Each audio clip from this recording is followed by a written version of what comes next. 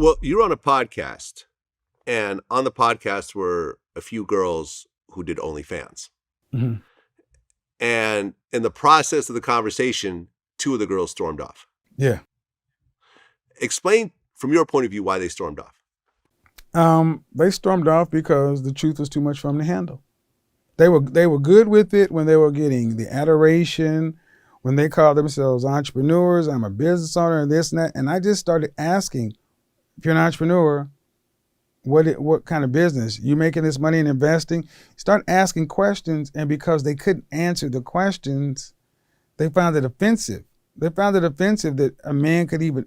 One woman said, "Who are you to judge? You shouldn't, a single man or women, you shouldn't judge what women do." It's like, well, wait a minute.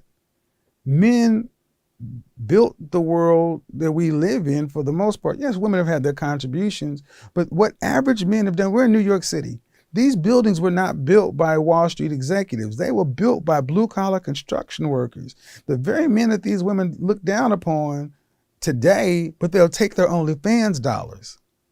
So a lot of these women, when you just ask questions about what you should get, what you should deserve, they don't feel as though they have anything to give or they don't have to answer to a guy, anything. And I say, okay, fine.